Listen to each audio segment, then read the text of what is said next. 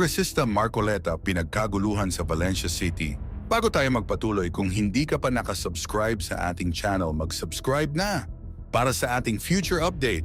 Ngayong araw ay hindi nga pinalampas ni Kongresista Marcoleta ang pagkakataon na makausap at maipaalam sa mga mamamayan ng Valencia City kung saan ay ipinaliwanag nito ang totoong nangyayari sa panggigipit ng iilang kalaban sa politika ni VP Sara. Nangyari ito nang ma-impeach si VP Sara ng mga kongresista dahil umano may mga rason ito upang mapatalsik ang pangalawang pangulo.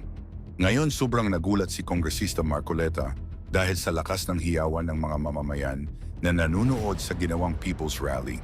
Aniya, wag umano magpalinlang ang mga ito sa ginawa sa kanila at sa mga issue na ipinapalabas nila upang masira ang imahe ni VP Sara. Samantala nanindigan naman si Kongresista Marcoleta na kahit anong mangyari ay buo ang kanyang suporta at tutulungan ito si VP Sara kung sakaling manalo ito at makaupo sa Senado. Ngayon ating panoorin ang buong pahayag ni Kongresista Marcoleta. In-impeach nila yung Vice President. Walang basihan ang impeachment. Bakit po?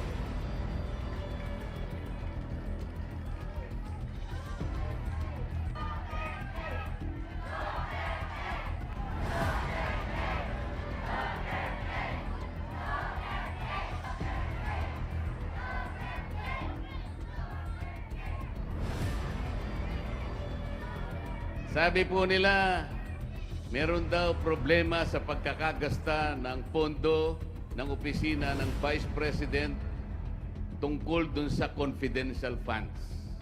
Yun po ang kanilang sinasabi. Yun po yung aligasyon.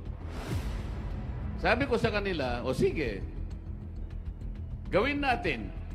Pero isama natin yung mahigit na 400 offices na meron ding confidential funds.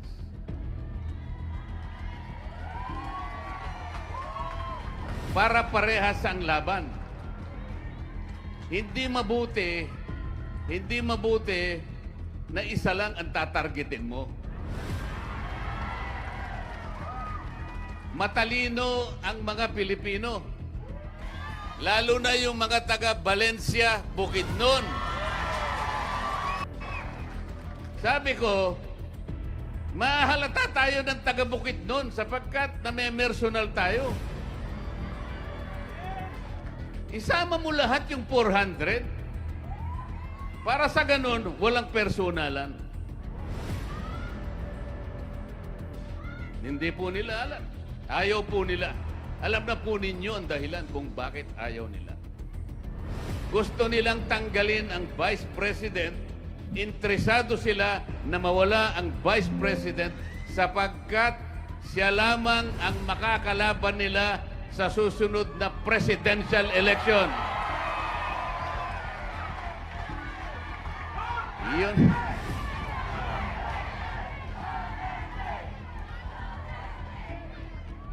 Akala naman nila, maloloko nila yung taga Valencia Bukidnon.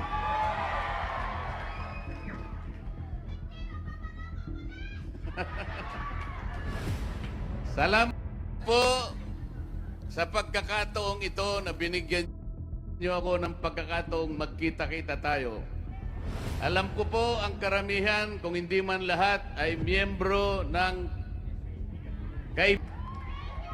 Brotherhood Christian Association, Inc.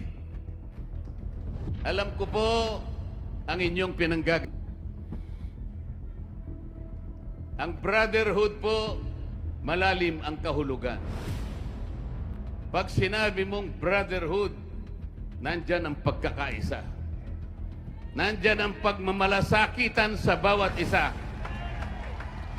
Nandyan ang pagtutulungan sa bawat isa. Alam po ninyo, merong nakasulat sa Biblia. Awit, versikulo 133, 133, kapitulo 1. Ano sinasabi doon? Masdan ninyo na pagkabuti at pagkaligaya sa magkakapatid na magsitahan sa pagkakaisa. Nakasulat po sa Biblia. Brotherhood, kapatiran, pagkakaisa. Iyan po ang kailangan ng bansa para umunlad ang Pilipinas. Hindi kaguluhan, hindi kaguluhan. Siya kahit malayong malayo sa aking pinanggalingan. Sapagkat dito makikita natin ang kahulugan ng pagkakaisa, ng pagmamahalan at pag-iibigan sa bawat isang Pilipino. Hindi kagaya ng gustong mangyari ng aming leader sa House of Representatives na nanggaling lang sa Tacloban. Ang gusto niya tanggalin niya ang Vice President. Kinasangkapan niya ang mga representatives. Mahigit na 200 ang pumirma. Hindi nila kayo kinonsulta. Hindi man lang sila nagtanong sa inyo. They owe it to the people.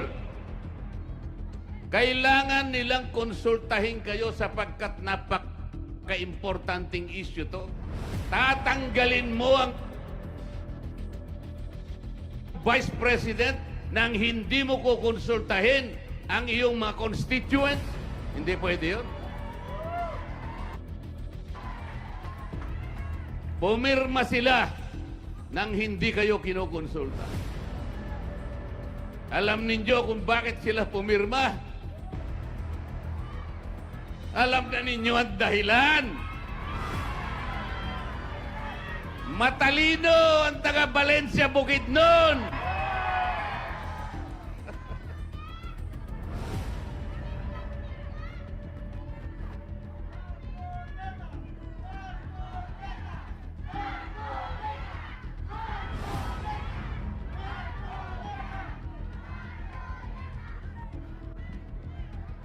Sa Biblia, meron pang binabanggit sa tunay na magkaibigan.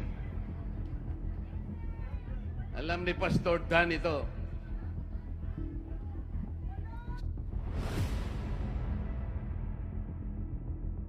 Si Jonathan, anak ni Haring Saul,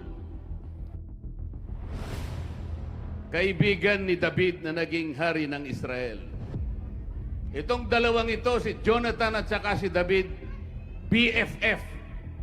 Magkaibigan, sanggang dikit. Ganun dapat. Ganun dapat tayong Pilipino, nagmamalasakitan. Alam nyo, nung mamatay si Jonathan sa labanan, umiyak si David. Yung anak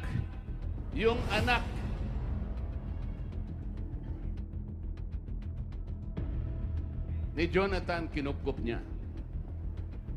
Ganon ang pagkakaibigan. Dapat sana pumunta rito yung aking mga kasama sa House of Representatives. Para makita nila ang tunay na kahulugan kung ano ang kaibigan at kung ano ang brotherhood.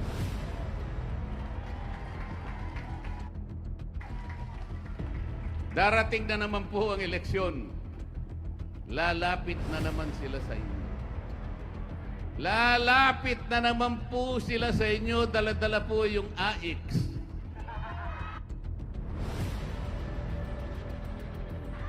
Yung AKAP, yung tupad,